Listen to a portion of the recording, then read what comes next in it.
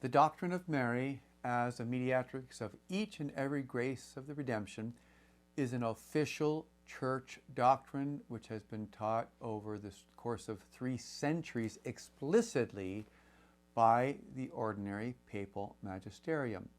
So in today's lecture, I want to go through those papal references. And I ask you to bear with me. I want to read you at least one quote from the popes in this line from Pope Benedict XIV back in the 18th century all the way through Pope Benedict XVI Emeritus and beyond, and also even comments about the generosity of the popes and how specific they are in saying, number 1, that Mary mediates each and every grace of the redemption, and number 2, their usage of the title, which will come in with some of the later popes, St. John Paul II, calling Mary explicitly the mediatrix of all graces on 8 separate occasions. So you'd be hard-pressed, any Catholic would be hard-pressed, and any theologian or historian or someone referring to Catholic doctrine, you'd be hard-pressed to say, well, yeah, one pope said it 8 times, and many other popes have referred to it and taught it for 3 centuries, but it's not really a doctrine. This would be an inaccurate understanding of authentic Catholic doctrine. It is a doctrine precisely because of what's going to be documented today in terms of ongoing official papal magisterial teaching. I do want to start with a beautiful reference that we were talking about a little bit in the previous lecture regarding Mary's role at Cana. It's a beautiful quote by St. John Paul II, and we're going to go back after we do this to the 18th century. But I want to give you this quote because I think it's well worth our attention. The Holy Father says, this is in Redemptoris Mantra number 21. The Holy Father says, quote, "Thus there is a mediation. Mary places herself between her Son and mankind in the reality of its wants, needs, and sufferings. She puts herself, quote, in the middle. That is to say, she acts as a mediatrix, not as an outsider, but in her position as mother. She knows that as such, she can point out to her Son the needs of mankind, and in fact she has the, quote, right to do so. Her mediation is thus in the nature of intercession. Mary intercedes for mankind." So once again, St. John Paul's beautiful accent on the maternal dimension of Mary's intercession, which gives her the right to intercede for her children after she has been designated by Jesus at Calvary officially and perennially as the world's spiritual mother, and also implied in that, the mediatrix. Okay, let's go through the popes again. I'm just going to give you a reference to show the continuity of papal teaching. Look particularly for that issue of each and every grace, because after this line of papal teaching, we're going to discuss how that could be possible. How can the popes say each and every grace of the redemption? For example, what about before Mary existed? What about graces in the Old Testament? What about during Mary's earthly life? How can the popes say with such confidence each and every grace? Well, we'll discuss how, but first let's make clear that's exactly what they say. Okay, so we start with Pope Benedict XIV at the end of the 18th century, who refers to our Blessed Mother as, quote, being like a celestial stream through which the flow of all graces and gifts reach the soul of all wretched mortals. Pius VII, into the 19th century, summarizes Mary's role as the, quote, dispensatrix of all graces. Remember how we saw with co-redemptrix and cooperatrix and reparatrix? Well, dispensatrix has that same context, to dispense as a woman. Pius IX, Blessed Pius IX, would speak very clearly about Mary's role in mediation. Listen to this one quote: "For God has committed to Mary the treasury of all good things, in order that everyone may know that through her are obtained every hope, every grace, and all salvation. She is, with her only begotten Son, the most powerful mediatrix and reconciler of the world." So every grace all good things, every hope, all salvation. Leo the 13th, middle towards the end of the 19th century, particularly the end and the very beginning of the 20th century, calls Mary the, quote, treasurer of our peace with God and the dispensatrix of heavenly graces. She is the one through whom he, Jesus, has chosen to be the dispenser of all heavenly graces. And in his classic encyclical October Mense on the month of October, he will get even more specific and say, again, Leo the 13th, it is right to say that nothing at all of the immense treasury of every grace which the Lord accumulated, for grace and truth come from Jesus Christ, nothing is imparted to us except through Mary.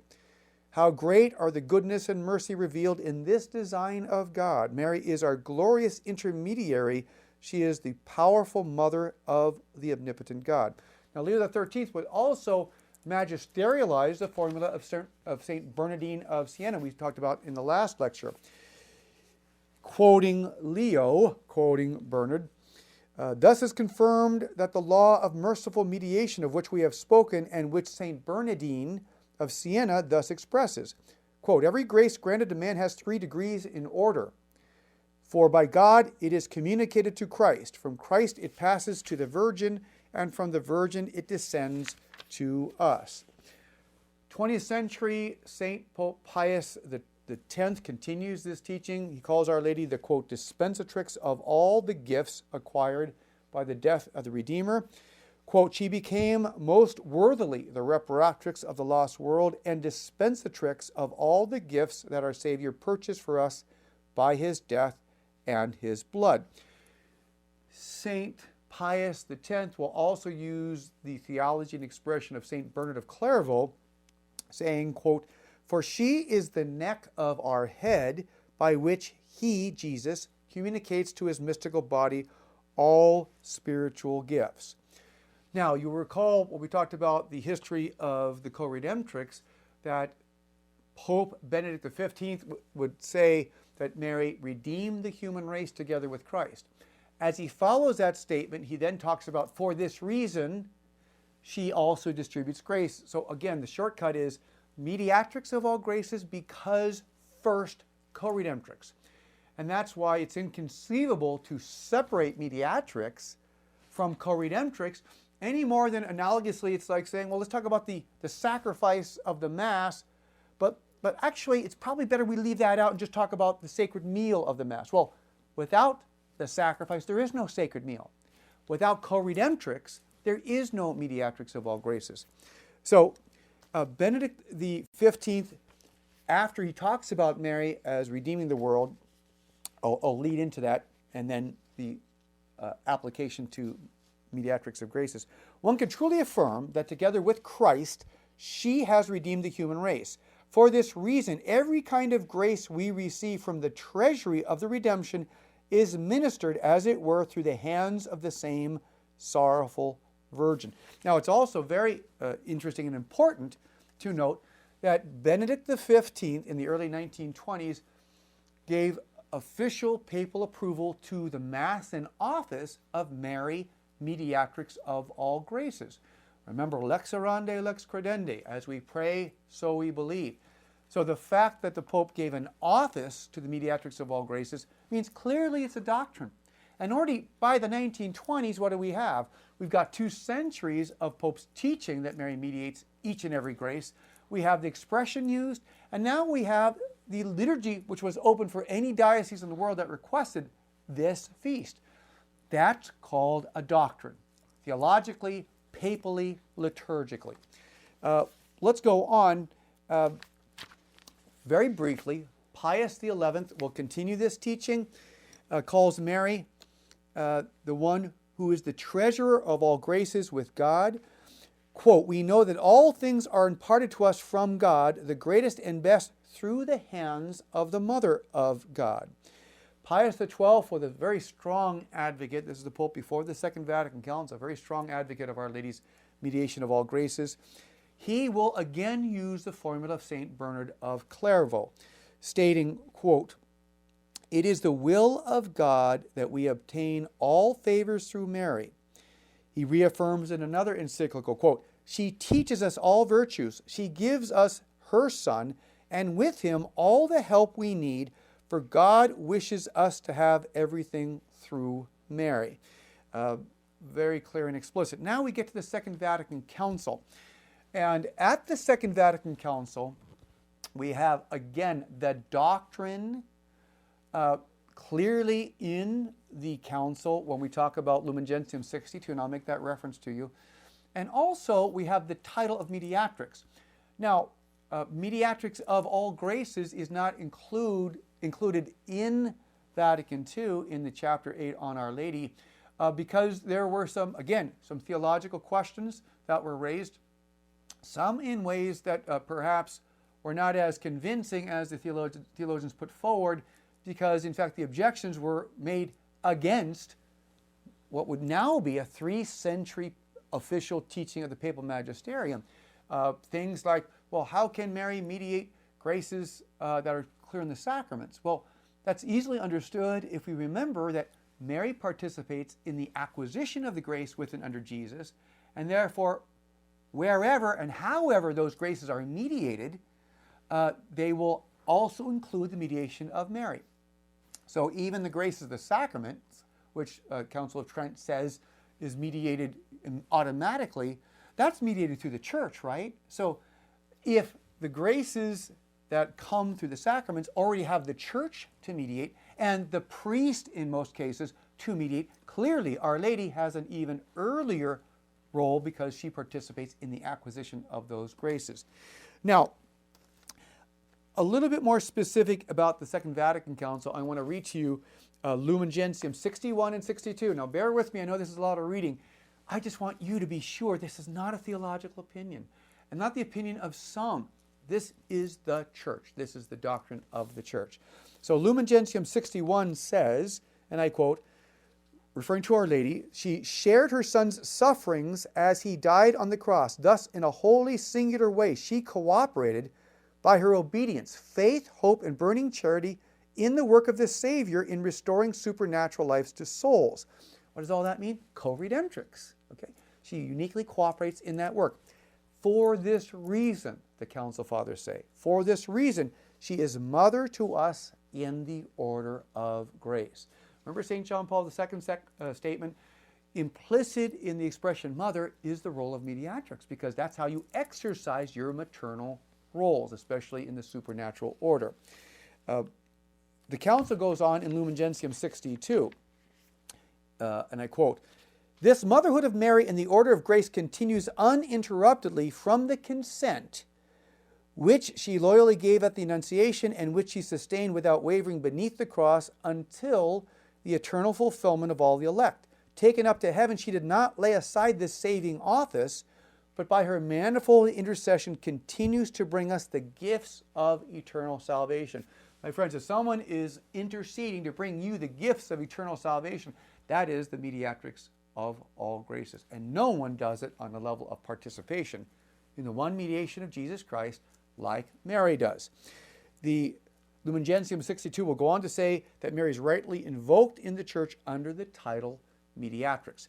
So, while it is true that the Council, because of some theological objections, did not incorporate the term Mediatrix of all graces, and there's kind of an interesting reference earlier in Lumen Gentium 52 and 53 leading up, that everything taught about Mary in schools can continue to be taught about Mary. Well, what are they talking about? Well, it was Mediatrix of all graces. In fact, truth be told, that before the Second Vatican Council, the Preparatory Commission asked the to-be fathers, before they came together in Rome at the Second Vatican Council, what issues do you think are most important that we discuss? The two topics which received the most petitions, one was a condemnation of atheism. The second, over 500 fathers said, let's define Mary as the mediatrix of all graces. Now, St. John the 23rd rightfully said that this is not to be a defining council once the council started. It was to be a pastoral council. But that tells you the consensus and even the enthusiasm for the Council Fathers about this doctrine. So it would be incorrect to say that because of all graces is not included in the council, that it's not a magisterial reference. How do we know?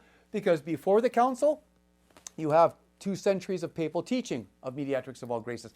After the council, you have over 20 years of papal teaching on Mediatrix of all graces. So let's go there. St. John Paul II, who rightly could be called the Pope of Mary Co-Redemptrix, can also be called the Pope of Mary Mediatrix of all graces.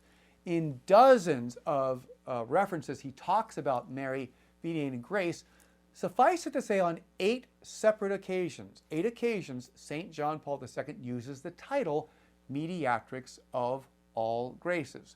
So that's clear and away a manifestation of the ongoing papal teaching and really connecting the pre-conciliar papal magisterium with the post-conciliar papal magisterium without the council doing harm, because the doctrine is there even if the title is not there.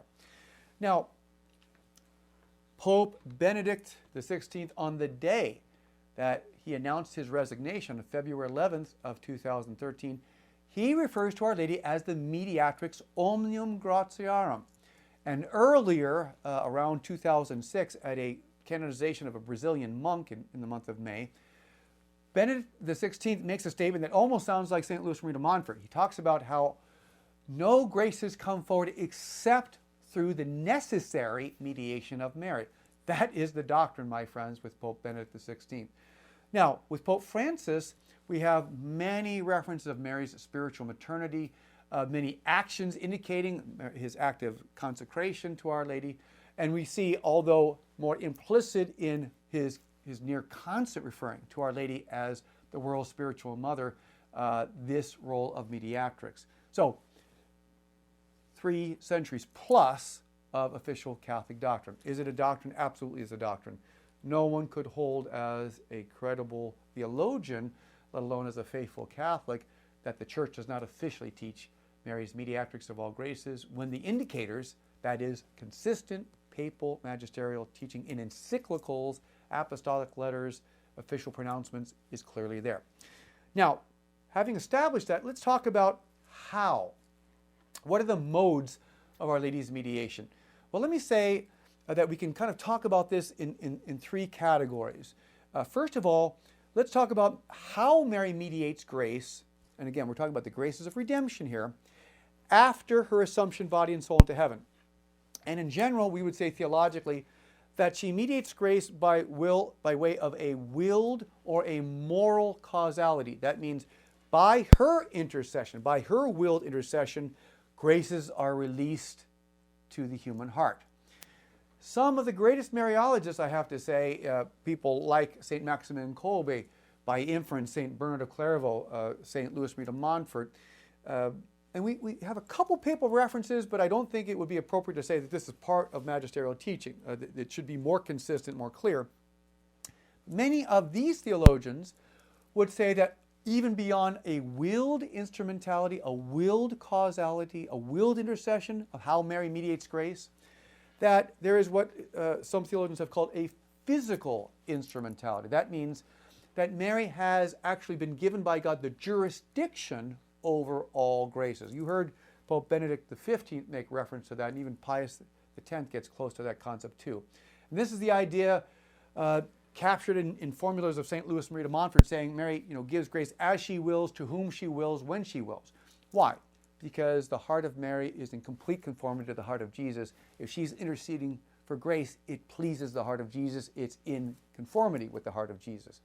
So this would be an added concept that Mary mediates in a physical causality, but for the magisterium, clearly it's at least willed intercession. That's how she distributes grace. What about Mary in the Old Testament? Now, to be fair, there are many different theories of how grace is operative in the Old Testament.